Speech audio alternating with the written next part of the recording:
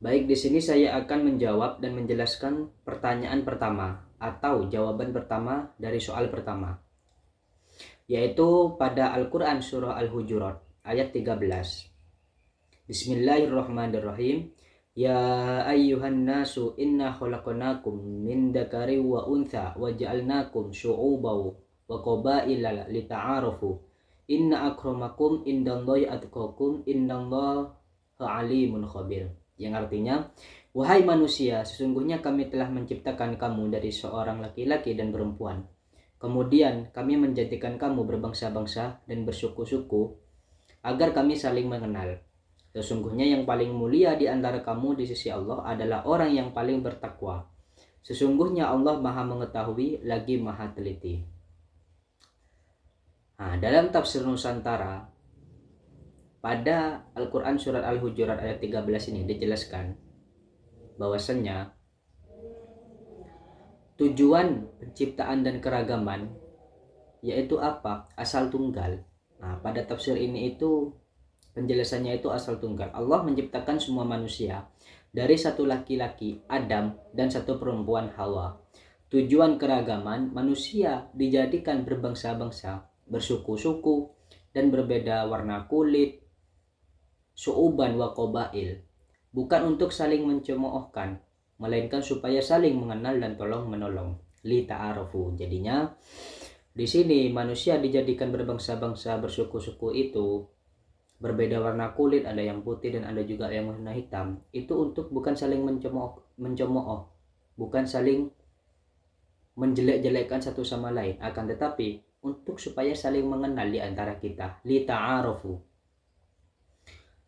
Nah, standar kemuliaan takwa, bagaimana sih standar kemuliaan takwa? Penolakan kesombongan. Allah tidak menyukai kesombongan yang didasarkan pada keturunan, kepangkatan, atau kekayaan. Bahwasanya Allah itu tidak suka kepada hambanya yang mana hamba tersebut itu sombong dengan jabatannya, dengan pangkatnya, ataupun dengan kekayaan hartanya dan keturunannya. Sementara manusia cenderung memandang kemuliaan pada kebangsaan dan kekayaan. Menurut pandangan Allah, orang yang paling mulia adalah orang yang paling bertakwa kepadanya. Nah, jadi orang yang paling mulia di sisi Allah itu adalah orang yang bertakwa, bukan orang yang sombong dengan hartanya, dengan kekayaannya, ataupun dengan jabatannya. Nah, pada tafsir Nusantara ini ada juga penguatan melalui hadisnya. Hadis riwayat yang berbunyi yang seperti hadis riwayat Ibnu Hibban dan At-Tirmizi dari Ibnu Umar yang disampaikan Rasulullah SAW saat Fatu Mekah, menegaskan bahwa Allah telah menghilangkan kesombongan dan keangkuhan jahiliyah.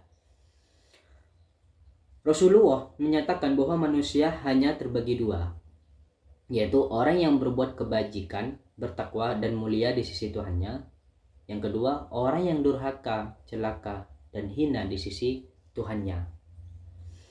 Nah, pada penutup ayat di sini jelaskan, ayat diakhiri dengan penegasan bahwa Allah Maha mengetahui, alim, lagi Maha teliti, khabir, yang berarti Dia mengetahui segala yang tersembunyi dalam jiwa dan pikiran manusia serta mengetahui segala perbuatan mereka. Jadi Allah itu mengetahui segala perbuatan kita semua, hamba. Kita sebagai hamba Allah, Allah itu Tuhan kita mengetahui apa yang kita lakukan. Nah,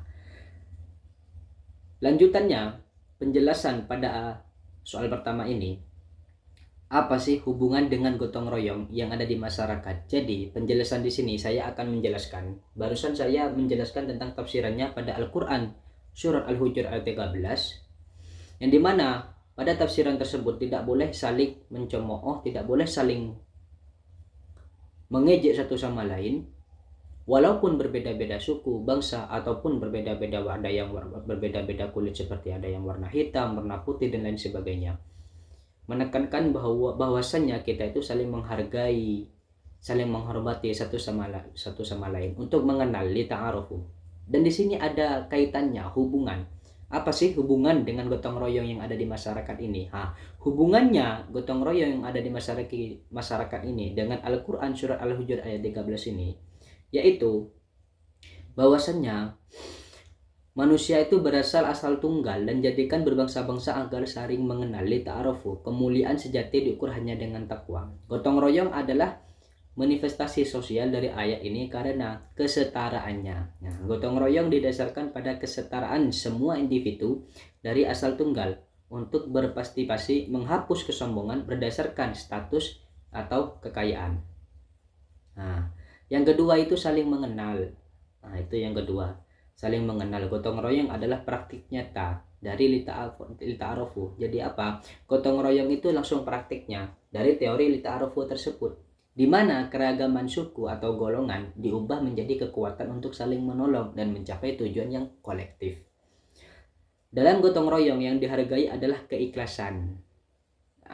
Dalam gotong royong yang ada di masyarakat kita, yaitu yang pertama itu diukur oleh keikhlasan, bagaimana kita membantu satu sama lain, gotong royong satu sama lain itu dengan cara ikhlas. Kita harus ikhlas. Kontribusi dan pengorbanan, yaitu selain ikhlas juga ada pengorbanan.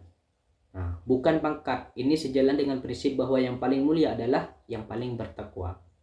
Nah, dapat kita simpulkan secara singkat, gotong royong adalah cara masyarakat mengimplementasikan ajaran Al-Quran untuk bersatu dalam keragaman demi kebajikan dengan standar kehormatan yang didasarkan pada ketulusan takwa. Gotong royong adalah cara masyarakat mengimplementasikan ajaran Al-Quran untuk bersatu dalam keragaman demi kebajikan dengan standar kehormatan yang didasar pada ketulusan takwa. Nah, itu. Pada soal kedua akan saya lanjutkan di video selanjutnya.